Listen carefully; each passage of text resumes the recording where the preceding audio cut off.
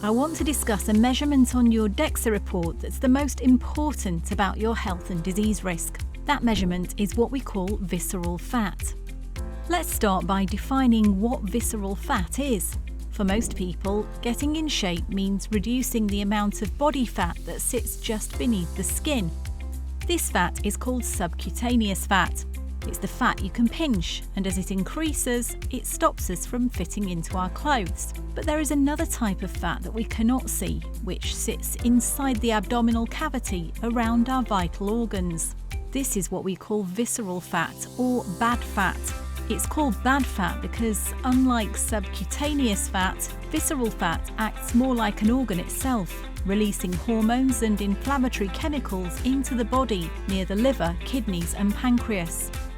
Too much visceral fat has been shown to increase the risk of obesity-related diseases such as type 2 diabetes, heart disease, colon cancer, stroke and even dementia. Some research suggests it can also affect hunger levels and mood. Because you cannot see visceral fat and the consequences of it can be serious, it's well worth having a Dexa scan to understand your level of internal fat and your risk of developing some quite severe diseases. By using a very low dose of X-ray, a Dexa scan can see what is going on inside. Compare that to skin fold calipers, which can only measure subcutaneous fat, or bioimpedance scales that you might have at home. These scales measure resistance to electrical current, which simply travels up one leg and down the other, completely ignoring the upper body where visceral fat is stored. 3 medical thresholds apply to the visceral fat reading on your Dexa report. Below 100 is classed as normal. Between 100 and 160 puts you at increased risk. Above 160 is classed as high risk, meaning a greater chance of developing obesity-related diseases such as type 2 diabetes. Those thresholds may seem simple, but there are many caveats around the numbers. Men carry a lot more visceral fat than women.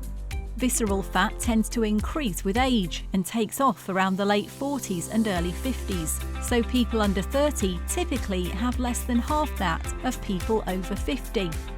Ethnicity also plays a role. Black people have less than white people, who in turn have less than those with South Asian background. Women have lower visceral fat than men, but they accumulate it at a faster rate in later years. If you are concerned about visceral fat, here are some factors that put you at higher risk. A sedentary lifestyle, such as having a desk job or doing little to no exercise. Carrying excess fat in your upper body, particularly around your belly. Being over 50 or of South Asian background also increases your risk. So, how can you reduce visceral fat or keep it in check? The good news is that visceral fat shifts more quickly than subcutaneous fat. It builds up fast, but it also burns off faster. Here are 4 key tips. Reduce your overall body fat by consuming fewer calories. Eating slightly less makes a big difference. Maintain a balanced diet with plenty of fruit and vegetables. Increase physical activity. Visceral fat is metabolically active and responds well to exercise. Aim for at least 30 minutes of brisk walking daily. Manage stress and get enough sleep. Stress releases cortisol, a hormone that promotes fat storage around the belly. To sum up, we usually diet to lose the fat we can see and pinch, but the fat we cannot see, visceral fat, is far more dangerous.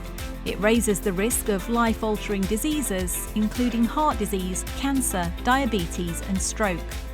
If you lead a sedentary lifestyle, overeat or have a poor diet, your visceral fat levels will continue to rise, eventually putting you at a high risk. A Dexa scan is a safe, low-cost way to assess your internal fat levels and health risks. Knowing your visceral fat reading can be a powerful motivator to take control of your health.